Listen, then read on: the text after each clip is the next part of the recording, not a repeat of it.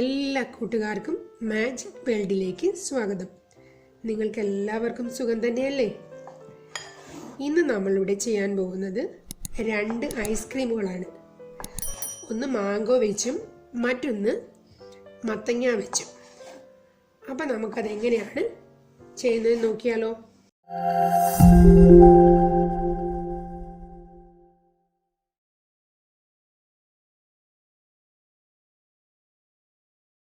അതിനുവേണ്ടി നമ്മളിവിടെ 1/2 കിലോ പഴുത്ത മാങ്ങ എടുത്തിട്ടുണ്ട്. 150 ഗ്രാം പഞ്ചസാര പൊടിച്ചത്, 1.5 ഗ്ലാസ് പാല്, 1 നുള്ളു മഞ്ഞൾപ്പൊടിയിലിട്ട് തിളപ്പിച്ച് ആറിച്ചെടുത്തത്. അപ്പം ഞാനിവിടെ എല്ലാം കൂടി ഒരു മിക്സിയുടെ ജാറിലേക്ക് ഇട്ടു. അത് നല്ലതുപോലെ ഒന്ന് ഇളക്കി നമുക്കിതൊന്ന് അരച്ചെടുക്കാം. എല്ലാ ഇൻഗ്രീഡിയൻറ്റും ഞാൻ മിക്സിയിലിട്ട് നല്ലതുപോലെ അരച്ചെടുത്തതാണ്. ഇതുപോലൊരു ക്രീം പരുവത്തിൽ നമുക്ക് അരഞ്ഞു കിട്ടും. ഇനി നമുക്കിതിലേക്ക് 1 നാരങ്ങയുടെ നീര് കൂടി ഒഴിച്ച് ഇളക്കിയെടുക്കാം.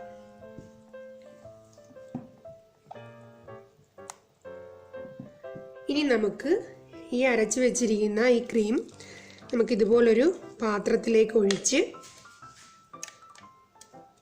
അതിൻ്റെ എയറെല്ലാം നല്ലപോലെ തട്ടിക്കളഞ്ഞ് ഇപ്പം പോലെ എയർ കാണുന്നത്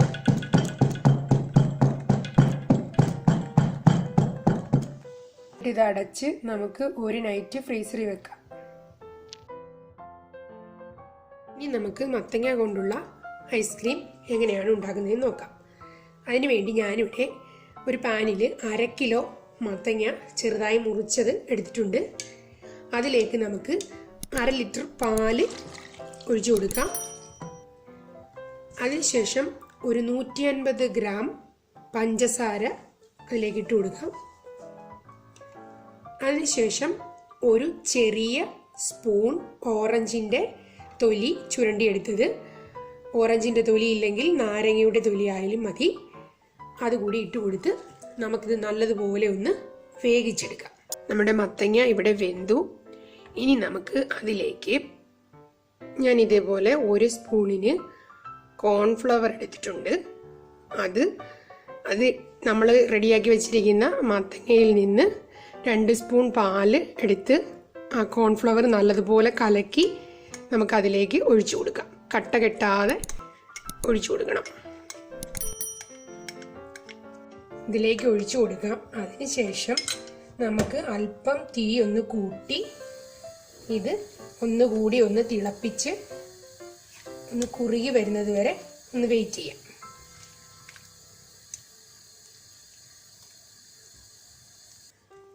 അപ്പം നമ്മുടെ മത്തങ്ങ ഇവിടെ നല്ലതുപോലെ കുറുകി വന്നിട്ടുണ്ട്. ഇത് ഈ പരുവമാകണം. ഇനി നമുക്കിതൊന്ന് നല്ലതുപോലെ തണുക്കാൻ വെക്കാം. നമ്മുടെ മത്തങ്ങ നല്ലതുപോലെ ഇവിടെ തണുത്തിട്ടുണ്ട്. ഈ ഒരു രീതിയിൽ കിട്ടണം. ഇനി നമുക്കിതൊരു മിക്സിയുടെ ജാറിലോട്ടിട്ട് നല്ലതുപോലെ അരച്ചെടുക്കാം. ഇപ്പം ഞാനിവിടെ നമ്മുടെ മത്തങ്ങ അരച്ചെടുത്തതാണ്. ഇനി നമുക്ക് ഇതൊരു ബൗളിലേക്ക് മാറ്റാം. അപ്പം ഞാനിത് ഇതേപോലെ ഒരു പാത്രത്തിലേക്ക് ഒഴിച്ചിട്ട് നല്ലതുപോലെ ഒന്ന് തട്ടി അതിൻ്റെ എയറെല്ലാം ഒന്ന് കളഞ്ഞ് ഇതടച്ച് നമുക്ക് ഒരു നൈറ്റ് ഫ്രീസറിൽ വെക്കാം. അപ്പം നമ്മുടെ 2 ഐസ്ക്രീമും ഒരു നൈറ്റ് ഫ്രീസറിൽ ഇരുന്നത് ഇവിടെ റെഡി ആയിട്ടുണ്ട്.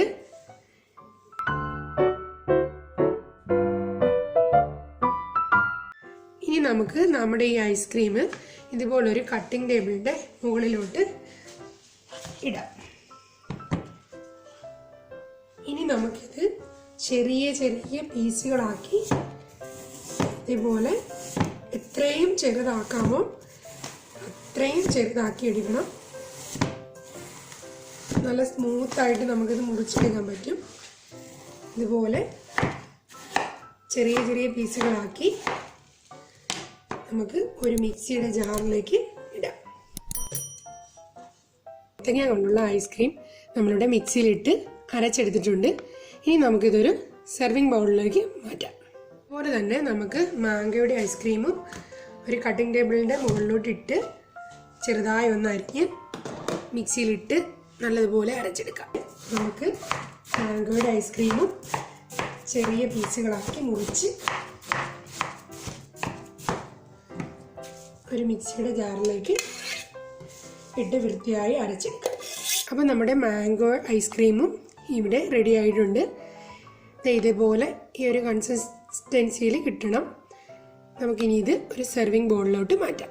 അതിനുവേണ്ടി നമുക്ക് ഇതുപോലൊരു തവി എടുത്തിട്ട് കുറച്ച് ചൂടുവെള്ളം എടുത്ത് അതിലേക്ക് ജസ്റ്റ് ഇതുപോലെ ഒന്ന് മുക്കി നമുക്ക് ഐസ്ക്രീം സെർവ് ചെയ്യാം.